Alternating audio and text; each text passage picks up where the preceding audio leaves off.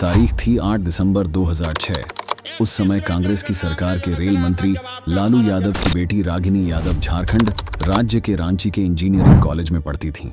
उन्हीं के साथ दिल्ली के अभिषेक मिश्रा भी पढ़ते थे। अभिषेक दिल्ली के राम मनोहर लोहिया हॉस्पिटल के chief medical officer Subhash Mishra का बेटा था।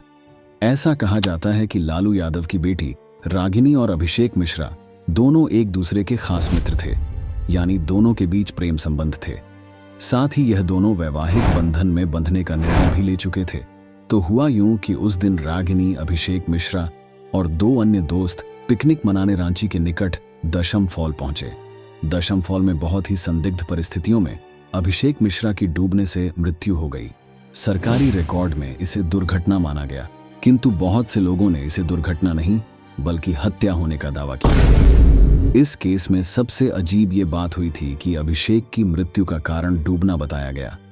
ये बात पोस्टमार्टम के मात्र 15 मिनट बाद रिपोर्ट जारी करके घोषित कर दी गई। इसी टाइम फैक्टर पर सवाल उठे। डॉक्टर सुभाष मिश्रा ने इस घटना में सीबीआई इंक्वायरी की मांग की।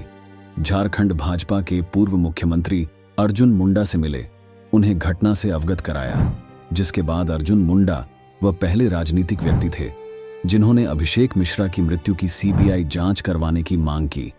अभिषेक मिश्रा के पिता ने सुप्रीम कोर्ट के मुख्य न्यायाधीश, झारखंड हाई कोर्ट के मुख्य न्यायाधीश और राष्ट्रीय मानव अधिकार कमीशन को पत्र लिखकर इस मामले में हस्तक्षेप करने और उन्हें न्याय दिलाने की मांग भी की।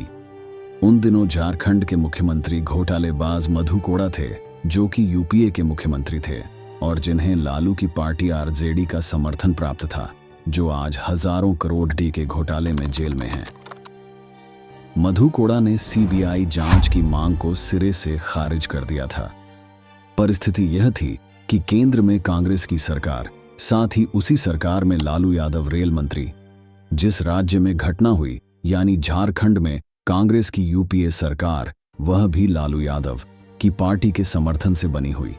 इसका परिणाम यह निकला कि इस मामले को दबा दिया गया और कोई भी जांच नहीं हुई।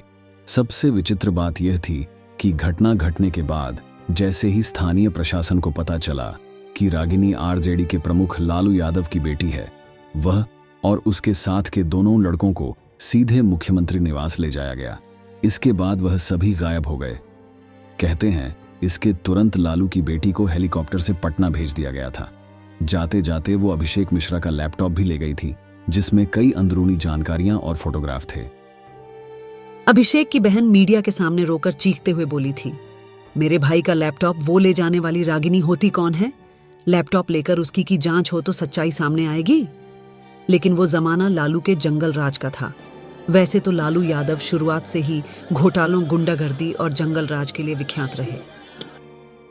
कहते हैं जब वे बिहार के मुख्यमंत्री हुआ करते थे, तब बिहार में अपहरण, फिरौती व हत्या एक उद्योग हुआ करता था। अपराध तो बिहार की दिनचर्या का एक भाग था। बहू बेटियों को उठाकर ले जाना, बलात्कार होना रोज की घटनाएं थीं। लालू की पार्टी आरजेडी के गुंडों का खौफ इतना था कि शाम को 6 बजे के बाद बच्चियां, लड़कियां, महिलाएं घर से बाहर नहीं निकलती थीं। साथ ही आवश्यकता ना हो तो पुरुष भी शाम के बाद घर से बाहर नहीं निकलते थे, क्योंकि चोरी, छिनैती और लूट सूरज ढलने के बाद रोज की बात थी। यह था लालू यादव के काले कारनामों का एक और अध्याय, जिसमें एक निर्दोष मासूम लड़के को अपने प्राणों से हाथ धोना पड़ा। आज लाल यादव स्वयं गंभीर बीमारियों से जूझ रहे हैं। उनके बड़े पुत्र तेज प्रताप के अजीब व्यवहार के चलते पूरा परिवार संकट में है। सभी भाई बहन आपस में जबरदस्त तरीके से लड़ रहे हैं। दोस्तों, बिहार के लोगों को यह सच जानना ही होगा और समझना भी होगा।